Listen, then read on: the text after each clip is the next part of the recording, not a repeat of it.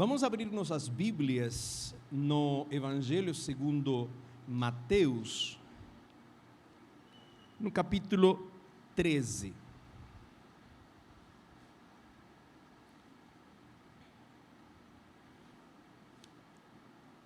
Intitulei a mensagem Duas Realidades Concomitantes. Outro dia me disseram que eu sou fã de usar palavras complicadas e eu expliquei, não, são palavras que eu uso, que têm significado. Mas eu devo de reconhecer que concomitante é uma palavra talvez de pouco uso, talvez não é uma palavra conhecida. O que quer dizer concomitante? Quer dizer que acontece ao mesmo tempo. Por exemplo, você é um homem casado e tem filhos. Você é ao mesmo tempo esposo e pai, certo? Então, são duas realidades concomitantes, funcionam ao mesmo tempo. Elas têm diferentes manifestações, elas têm... Muito obrigado. Obrigado. Elas têm diferentes formas de se manifestar, mas são duas realidades. Agora, poderíamos pensar que a inauguração do novo reino de Deus na terra se deveria notar na expulsão completa do antigo reino, em que o pecado com P maiúsculo, como o espírito de desobediência do qual Paulo fala em Efésios 2, e a lei, como uma resposta primária a esse pecado, segundo Romanos 5:20, coloca ali, esses reinam. Romanos 5:20 diz, sobreveio a lei para que avultasse a ofensa, mas onde abundou o pecado, superabundou a graça. E coloca Efésios 2:2, para termos um contexto desse outro espírito de desobediência. Diz, nos quais andastes outrora, segundo o curso deste mundo, segundo o príncipe da potestade do ar, do espírito que agora opera nos filhos da desobediência. Então poderíamos pensar que a inauguração do reino de Deus implica necessariamente na expulsão deste antigo reino em que o pecado e a lei reinam. Todavia, esses dois reinos inaugurados logo após a queda do ser humano e algum tempo depois, como é o caso da lei, subsistem junto com o reino dos céus, que ainda vai ter sua manifestação plena no final dos tempos. Vivemos então na confluência desses dois reinos e cada um quer seu quinhão de nós. Cada um desses reinos puxa para seu lado. O primeiro o faz com violência, ao passo que o segundo e mais novo o faz a partir da base do entendimento. Essa é a palavra-chave para a mensagem de hoje, o entendimento.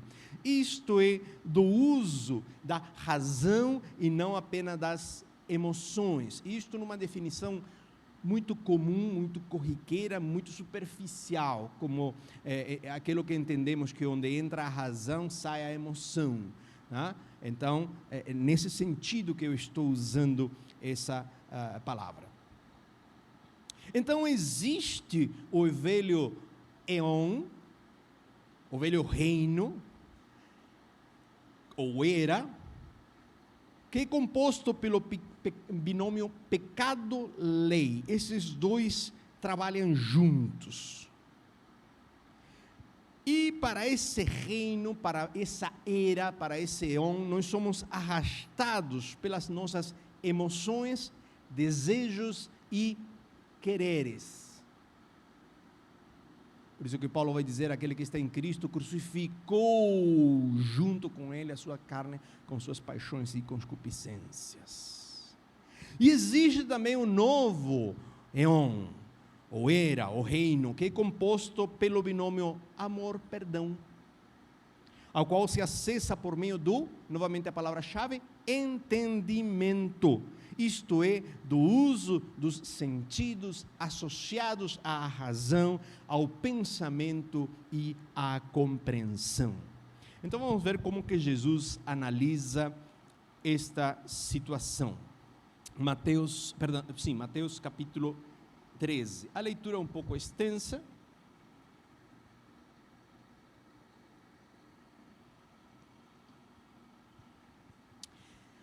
Naquele mesmo dia, saindo Jesus de casa, assentou-se à beira-mar.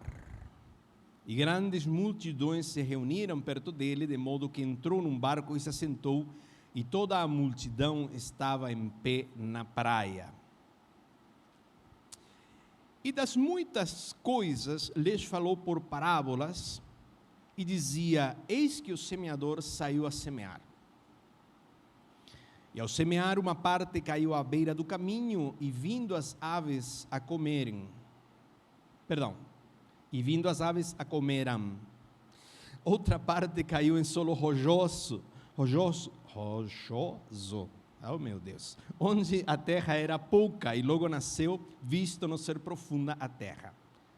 Saindo, porém, o sol a queimou, e porque não tinha raiz, secou-se. Outra caiu entre espinhos, e os espinhos cresceram e a sufocaram. Outra, enfim, caiu em boa terra e deu fruto a 100, a 60 e a 30 por um.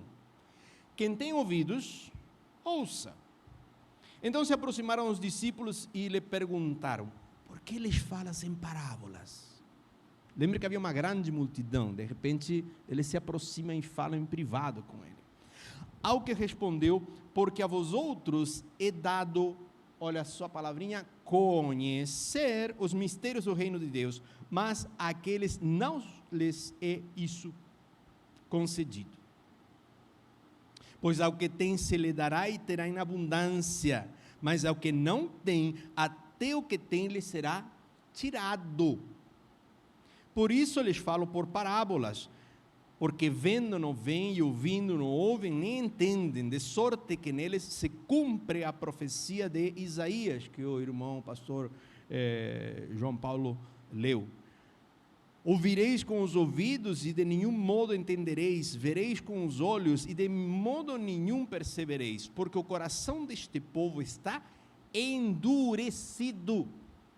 De mau grado ouviram com os ouvidos e fecharam os olhos, para não suceder que vejam com os olhos, ouçam com os ouvidos, olha só a palavra de novo, entendam com o coração, se convertam e sejam por mim curados. Quando ele fala deste povo, ele está falando do povo eleito, do povo escolhido por Deus. Este povo que se negou a ouvir. Bem-aventurados, porém, os vossos olhos, porque veem, e os vossos ouvidos, porque ouvem, pois em verdade vos digo que muitos profetas e justos desejaram ver o que vedes e não viram, e ouvir o que ouvis e não ouviram. E aí, Jesus vai explicar a parábola do semeador. Essa é uma das poucas parábolas que nós temos uma explicação logo a seguir. E olha só o que Jesus disse: atendei, pois, a parábola do semeador. A todos os que ouvem a palavra do reino e não a compreendem, vem o maligno e arrebata o que lhes foi semeado no coração. Este é o que foi semeado à beira do caminho. O que foi semeado em solo rochoso, esse é o que ouve a palavra e a recebe logo com alegria. Mas não tem raiz em si mesmo, sendo antes de pouca duração, em lhe chegando a angústia ou a perseguição por causa da palavra, não porque um crente é chato, cuidado com isso também, logo se escandaliza, e tem outra versão que diz, logo se ofende. Termômetro aí interessante. O que foi semeado entre os espinhos é o que ouve a palavra, porém os cuidados deste mundo e a fascinação das riquezas sufocam a palavra e fica infrutífera. Repare, ele não fala aqueles que são ricos. Você pode ser paupérrimamente pobre e ter sérios problemas com o dinheiro, amar o dinheiro, desejar o dinheiro, depender completa e absolutamente do dinheiro, sendo extremamente pobre. Não tem nada a ver com ser rico. tem a ver com esse amor, essa fascinação pelas riquezas. Mas o que foi semeado em boa terra é o quê? Ouve a palavra, a compreende, este frutifica e produz a 100, a 60 e a 30 por um. Muito bom. Às vezes nós temos interpretado isto como fazer discípulos, como levar outras pessoas a Jesus. Vamos entender um pouco mais abrangentemente esse texto. Quer dizer mudanças no íntimo, mudanças no jeito de pensar também. Quer dizer mudanças na cosmovisão, quer dizer mudanças no meu trato com os outros. Há uma segunda parábola que me interessa, que é a parábola do joio e do trigo. Outra parábola lhes propôs dizendo, o reino dos céus. Repara que a outra, lá atrás, ele falou o reino, né? Versículo 19, a todos os que ouvem a palavra do reino. E agora é o reino dos céus. O reino dos céus é semelhante, é parecido a um homem que semeou boa semente no seu campo, mas enquanto os homens dormiam, veio o inimigo dele, semeou o joio no meio do trigo e retirou-se. O joio aqui não aparece na plantação por um acaso. Ah, passarinho que trouxe, o vento. Não, alguém semeou. Então, vindo os servos do dono da casa, lhe disseram, Senhor, não semeaste boa semente no teu campo? De onde vem, pois, o joio? Ele, porém, lhe respondeu, um inimigo fez isso. Mas os servos lhe perguntaram, queres que vamos e arranquemos o joio? Não, replicou ele voltamos. Não, replicou ele, para que ao separar o joio, não arranqueis também com ele o trigo. Deixai-os crescer juntos até a colheita, e no tempo da colheita, direi aos ceifeiros, ajuntai primeiro o joio, vamos dar preferência a eles, e atai-o em feixes para ser queimado, mas ao trigo recolhei-o no meu celeiro.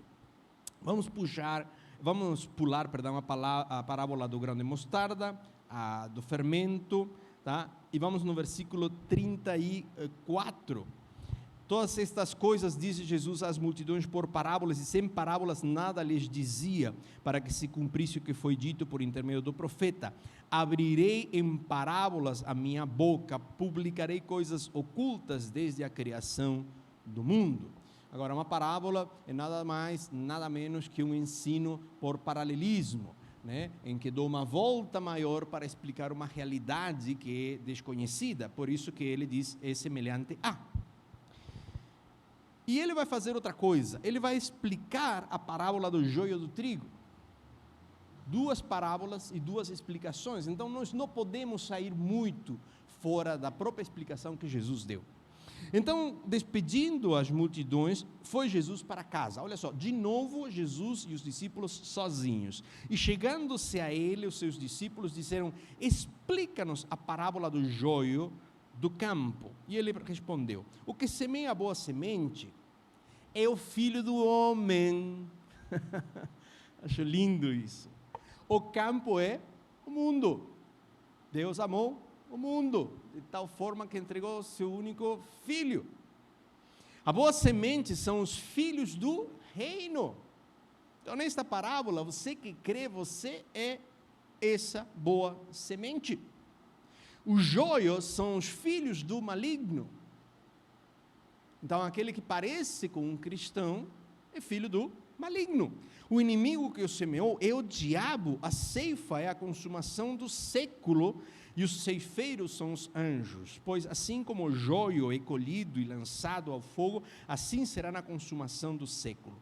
Mandará o Filho do Homem aos seus anjos, que ajuntarão do seu reino todos os escândalos e os que praticam a iniquidade, e os lançarão na fornalha acesa. Ali haverá choro e ranger de dente. Então os justos resplandecerão como o sol no reino do seu Pai. Quem tem ouvidos, ouça. Parábola da rede, Versículo 47, o reino dos céus é ainda semelhante a uma rede lançada ao mar, recolhe peixes de toda espécie, e quando já está cheio, os pescadores arrastam-na para a praia, e assentados escolhem os bons para os cestos, e os ruins deitam fora. Assim será na consumação do século, sairão os anjos, e separarão os maus dentre os justos, e os lançarão na fornalha acesa, ali haverá choro e ranger de dentes. Versículo 53, tendo Jesus proferido estas parábolas, retirou-se dali, e chegando à sua terra, olha o detalhe, ele não estava na sua terra, ele chega na sua terra, ensinava-os na sinagoga, de tal sorte que se maravilhavam e diziam, olha só, tem gente maravilhada com Jesus, uau, de onde lhe vem esta sabedoria e estes poderes miraculosos? Não é este o filho do carpinteiro, ou do pedreiro, né? A função de carpinteiro não era somente carpintaria, também construía coisas, né? Então, um pequeno construtor. Não se chama sua mãe Maria e seus irmãos Tiago, José, Simão e Judas? Não vivem entre nós todas as suas irmãs? De onde lhe vem, pois, tudo isto? E escandalizavam-se nele. Jesus, porém, lhes dizia, não há profeta sem honra, senão na sua terra e na sua casa. Aí vai um afago para você que tanto tempo na sua casa, na sua família, tenta e não faz nada, não acontece nada. E não fez ali muitos milagres por causa da incredulidade deles.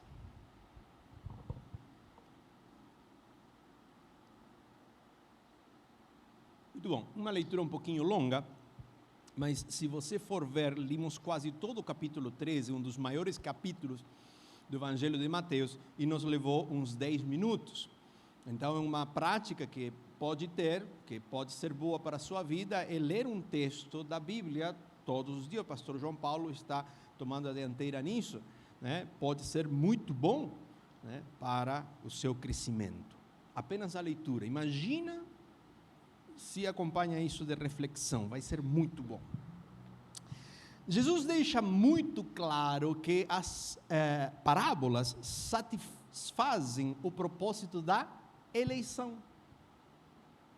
A referência que ele dá é de Isaías 6, o texto por excelência ao respeito da eleição no Antigo Testamento, mais claro talvez. Apenas alguns podem entender o que a parábola oferece de conhecimento. Os outros, a grande maioria, repara isso, o reino dos céus não é de maiorias, a grande maioria ouvirá e não entenderá, verá e não perceberá.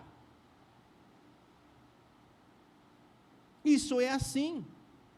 Concordamos em que a igreja cresce? Sim, mas talvez não seja na medida em que alguns dizem que deveria. Isso nos leva diretamente ao problema da justiça divina, em tempos de suposta democratização de tudo, até Deus deveria de ser mais democrático. Que é esse? Um Deus que escolhe, um Deus que elege, um Deus que separa o bode dos cabritos, o joio do trigo. Como assim? Como assim que eu não posso entender, que não me é dado? Que tipo de Deus é esse? O problema é que o ser humano como raça não quer ouvir e muito menos entender o que Deus tem para falar. Há uma rejeição constante, sistemática, há uma rejeição pública e privada ao respeito da mensagem de Deus. Não porque os nossos templos estêm lotados, quer dizer que alguém está entendendo e atendendo.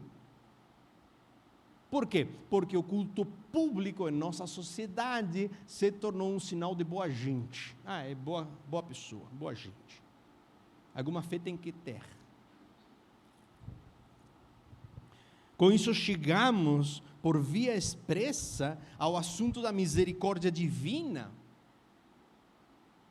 Sendo que o homem rejeita Deus, sendo que o ser humano se opõe a Deus, ativa, proativamente, passiva, de todas as formas possíveis, tá? Sendo que ele se opõe, a eleição é um assunto de misericórdia divina.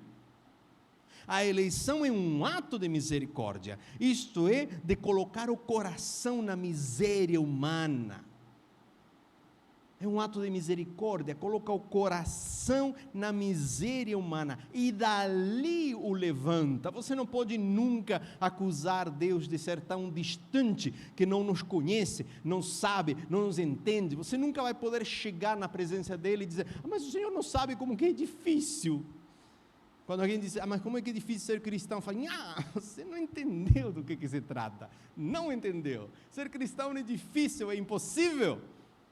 O ser humano não pode, não tem capacidade para isso. O pouco que nós podemos fazer é por pura graça divina, apenas por isso, ponto. Nada mais. Não existe possibilidade de um ser humano ser cristão e muito menos um bom cristão. Então não é que seja difícil, é impossível. Mortos nos delitos e pecados, é impossível.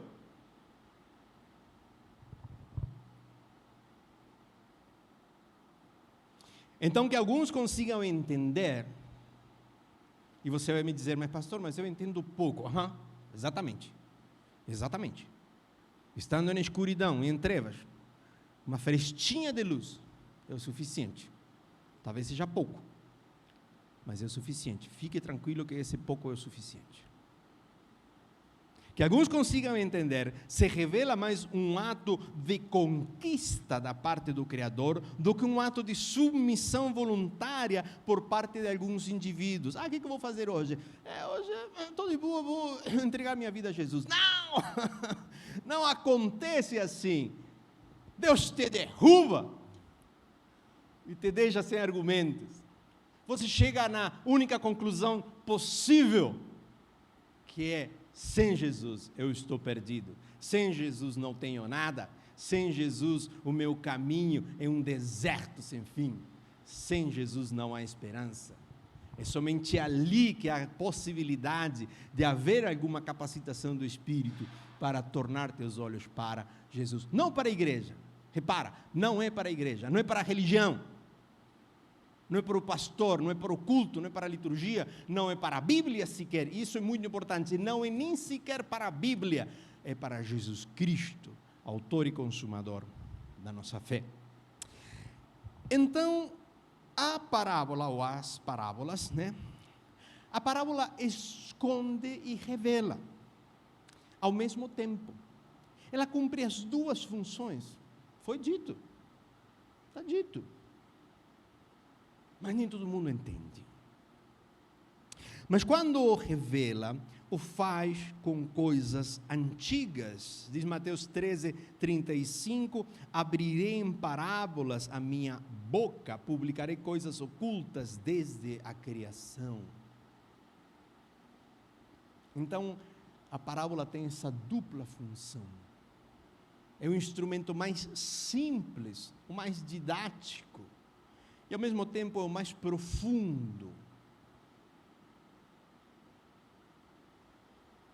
Eu gosto muito dos professores de primário, dos básicos.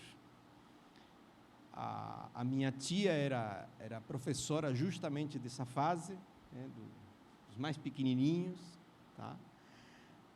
Foi professora no rural durante muitos anos.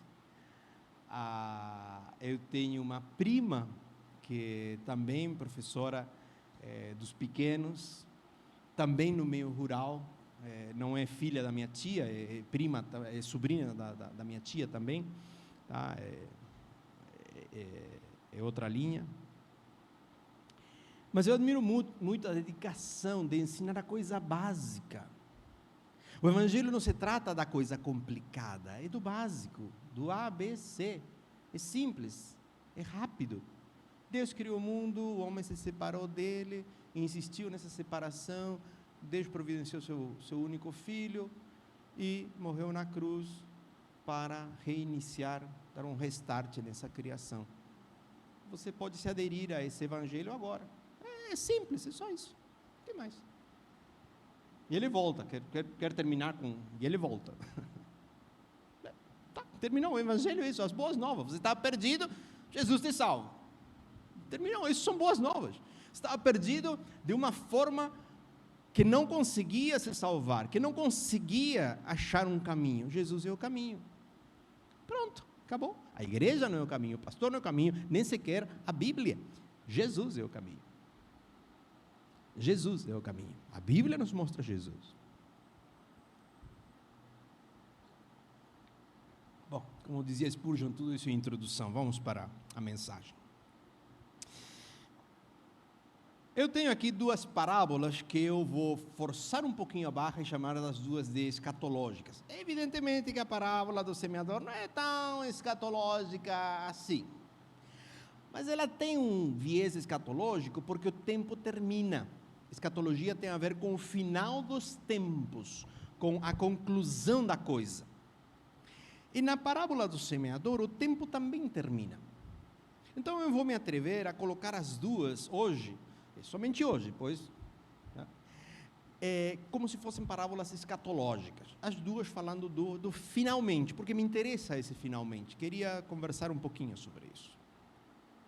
Vocês viram que eu trunquei a leitura a estas duas parábolas. Usualmente eu faria uma leitura completa, inclusive com as parábolas menores, que eu as pulei, não que não sejam importantes, mas eu as pulei apenas para poder observar a parábola do semeador e do joio, a cizaña, tá? O joio e o trigo. Porque às vezes eu não explico o que é joio, né? Cizaña em espanhol.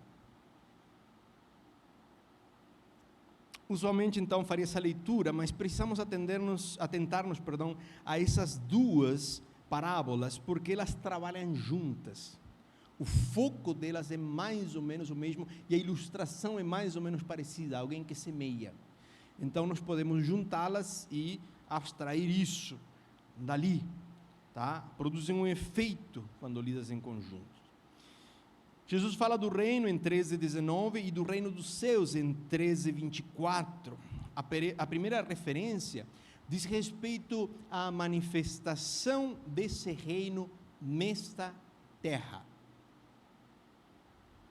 Quem ouve a palavra do reino se refere a esta terra. Isto é a sua manifestação parcial e inacabada. Tem um dito popular aí que diz que Deus não faz nada pela metade, tá? Eu acho lindo isso como autoajuda, né? Certo? Eu acho muito bonito. Mas na realidade, o reino, ele está inacabado. A manifestação que nós temos do reino nesta terra é inacabada, é parcial. A segunda faz referência justamente ao reino dos céus, no qual a vontade de Deus é perfeita. O Pai Nosso fala o quê? Faça a tua vontade, né, aqui da mesma forma que se faz lá no céu. É isso que é nosso desejo, a nossa oração, que o reino se manifeste amplamente aqui. E o que é o reino? Bom, tem um rei e os súditos obedecem. Aqui não é assim.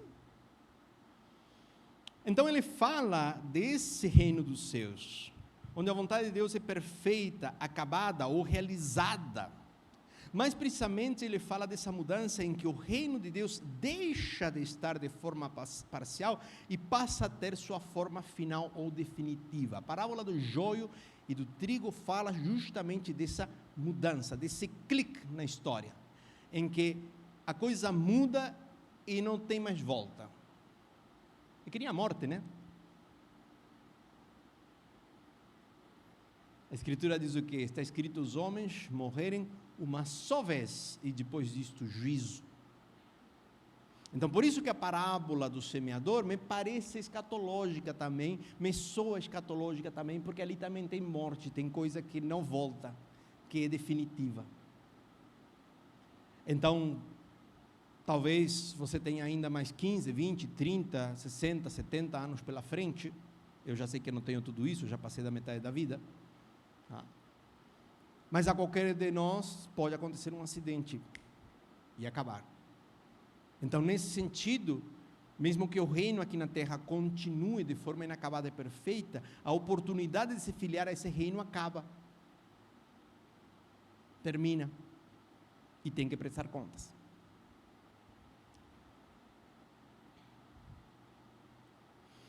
Mas digamos que todos nós chegamos vivos a esse momento do joio e do trigo. Então, o que vai acontecer? Como que vai ser? Então, a ação de semear é um ato contínuo durante o tempo em que o reino está, de forma inacabada, na terra. As consequências deste ato pertencem apenas a este lado da eternidade. Ouvir a palavra é deste lado da eternidade. Entender a palavra é deste lado da eternidade. Lançar raiz é deste lado da eternidade. Frutificar é deste lado da eternidade. São coisas que apenas podem acontecer deste lado da cortina da eternidade.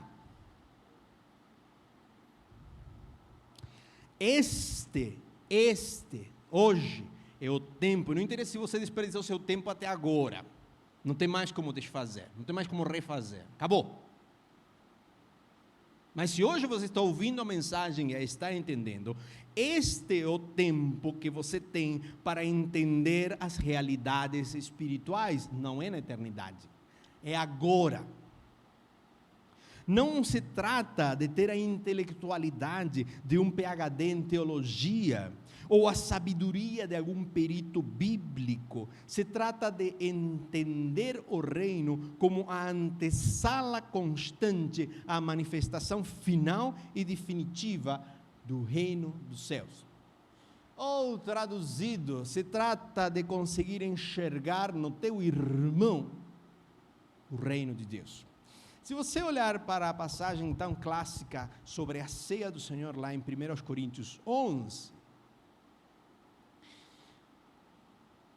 a ideia que ali prevalece, o pecado que ali se fala, não é o que geralmente nós pensamos.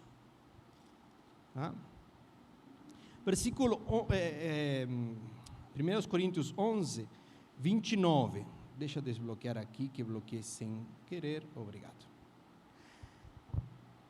Pois quem come e bebe sem discernir o corpo, come e bebe juízo para si. O pecado ao qual Paulo faz referência aqui é não reconhecer o corpo. Não ver no meu irmão a ação do Espírito e dizer o reino se manifesta nele também, não é somente em mim. O reino se manifesta em nós. O reino se manifesta quando estamos aqui dentro e quando estamos lá fora. O reino se manifesta quando eu falo, quando eu converso, quando eu trabalho, quando eu estou de alguma forma tentando buscar a justiça, o reino de Deus, constantemente. Porque eu sei que a partir do reino vêm as outras coisas. Então é nesse sentido que esse é o pecado pelo qual muitos dormem, pelo qual muitos estão mortos. Nós estamos anunciando a morte do Senhor até que Ele venha. Então, aquele que comer o pão ou beber o cálice do Senhor indignamente será réu do corpo e do sangue. Examine-se, pois, o homem a si mesmo, e assim coma do pão e beba do cálice. Examine-se e coma, chorando às vezes com lágrimas nos olhos, porque você não consegue entender o reino, chorando porque você não consegue distinguir no seu irmão o reino, completamente arrependido, de nem sequer conseguir se arrepender, mas coma, examine-se e coma, beba do cálice, sofre. Se não consegue distinguir no seu irmão o reino, no seu colega de labuta o reino, pois quem come e bebe sem discernir o corpo de Cristo, quem que é? A igreja. Nós insistimos isso constantemente. Quando chegamos em Coríntios 11, trata outra coisa. Como assim, gente?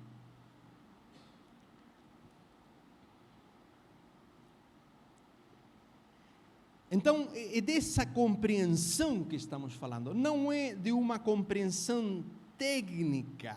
Se trata de esperar essa manifestação final e definitiva e ir curtindo a manifestação parcial e imperfeita que a vejo em mim, que a vejo no meu irmão, que eu tenho que amar como eu me amo. Então, se eu não me amo, primeiro eu começo por aí. Este tempo chegará ao fim, e chegando ao fim haverá uma colheita. Então, este é o seu momento. Hoje é o dia, não é amanhã. Hoje. O Evangelho requer uma certa urgência da sua atitude. Amanhã pode ser muito tarde. Os que foram semeados pelo Filho do Homem, isto é, por Jesus, isso é o que ele diz ali na explicação de novo eu tranquei meu aparelho, que bonito. Isso que ele diz na explicação justamente da parábola do joio e do trigo, ele diz, o que semeia a boa semente é o Filho do Homem. Ele está fazendo referência a si mesmo. Então, Jesus semeia através do seu Espírito Santo, e eles são chamados de trigo. A igreja é fruto dessa semeadura e está antenada com o processo de evangelização. Repara que eu não falei deve estar antenada. Não. A igreja do nosso Senhor Jesus Cristo, que transcende denominações, é composta pela denominação batista, mas poderia ser a quadrangular, poderia ser a presbiteriana, poderia ser a metodista, poderia ser qualquer denominação. A igreja de Cristo atravessa tudo isso, e ela se preocupa naturalmente com a evangelização, de diferentes formas. É verdade que cada denominação o faz de uma forma diferente, inclusive dentro de uma mesma denominação você pode achar ênfases diferentes na evangelização. Mas o evangelho chegou a nós, impactou nossa vida. É impossível que você não fale, que a igreja não fale, que não se identifique com o evangelho, que de alguma forma isso não seja transpirado. Seja no jeito de fazer negócios, no jeito de criar filhos, no jeito de tratar o próximo, no jeito de lidar com as autoridades, o evangelho perspassa a nossa perspectiva. Então não é que a igreja deva, não, a igreja, ela se preocupa, ela se ocupa, ela participa. É uma questão natural, é que nem respirar, é impossível parar de respirar. É impossível parar de semear, é impossível parar de evangelizar. Ela está antenada com o processo de evangelização, ou seja, de disseminar as boas novas da salvação no Cristo. Esses serão separados para o celeiro. Dá uma olhada no que diz 13:30. O trigo recolhei-o no meu celeiro. Ou seja, há mais vida após a ceifa. Há mais a produzir depois da colheita. O céu não é um lugar de inoperância, ou abandono, ou de liras sendo tocadas numa nuvem. Isso é uma caricatura ridícula daqueles que de fato não conseguem entender o reino. O trigo, o que faz um trigo num celeiro? Ele ainda vai ser limpo, moído, cozido para produzir pão, para alimentar o povo. A vida do grão de trigo não acaba na semeadura, não acaba na colheita. Ela não se acaba no celeiro. É apenas mais um estágio. Muito simplista é aquele que pensa que o céu é um lugar de inoperância. Não, porque, não haverá trabalho. Desde quando que o trabalho é castigo divino? Onde? Acha na Bíblia, caça na tua Bíblia em casa. Onde que está escrito que o trabalho é castigo divino? Onde? O suor sim, o cansaço sim, mas o trabalho não. O trabalho é dever da criatura.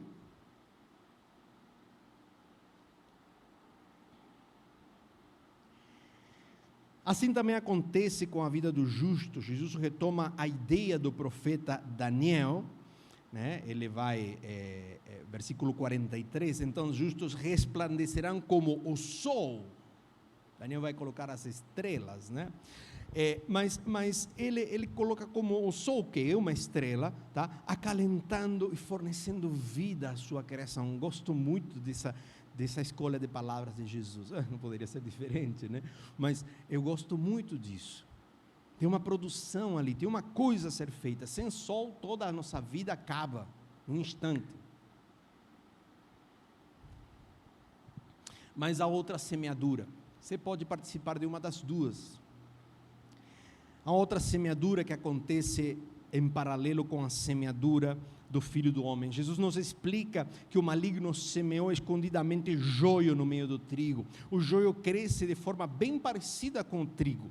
As etapas iniciais são parecidas com as do trigo.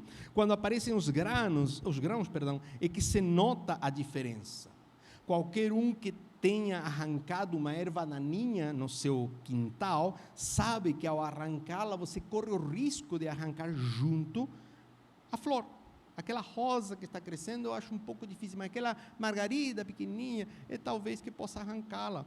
Corre o risco de arrancar a fruto. O que fazer? Puxar com força para que o trigo possa terminar de absorver os nutrientes. Olha só que coisa boa seria arrancar o joio, né? Vamos arrancar o joio, vamos separar o joio do trigo, né? Agora, já, porque assim o trigo cresce forte, ele pode terminar de absorver os nutrientes e a água que ainda precisa para deixar que toda, né, a produção fique boa, ou deixar que a produção sofra, junto com o joio. Olha só a decisão do semeador, deixar que o joio cresça junto. Por quê? Por causa do joio? Não, por causa do trigo, porque você pode arrancar o trigo junto. Então não, a resposta do dono da fazenda é deixar que o joio termine de crescer junto com o trigo, e na colheita vão ser separados, o joio para o fogo, e o trigo para o celeiro. Tem uns versículos interessantes com os quais eu gostaria de concluir, antes de chamar a sua atenção. Jeremias 51, 15. Foi Deus quem criou e formou a terra mediante o seu poder, estabeleceu o mundo todo com a sua sabedoria e estendeu os céus com o seu supremo entendimento. Jesus fala ao respeito da palavra do semeador, são estes os que ouvem e entendem. Salmo 119, 34. Dá-me entendimento para que observe a tua lei e aguarde de todo o coração. Como o irmão Tiago explicava muito bem numa escola bíblica faz algumas semanas atrás, quem canta o salmo, cada salmo, quem canta de forma perfeita o salmo é Jesus. Então aqui é uma oração de Jesus. Eu quero entender, ele diz para o Pai, eu quero entender para cumprir a tua lei de forma cabal. Efésios 4, 18.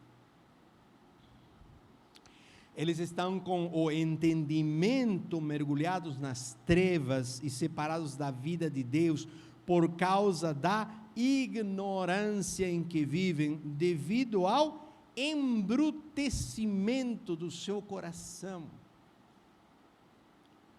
O coração fica bruto quando não há um ouvido sensível para os propósitos do Criador. É uma coisa bruta, pensa nisso. O Criador quer uma coisa de você, você faz outra. É bruto e cada vez mais embrutecedor. Então, finalizando, eu tenho uma pergunta: como está o seu ouvido?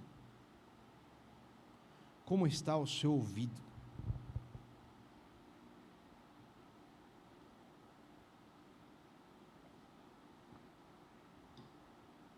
Sinceramente, como está o seu ouvido?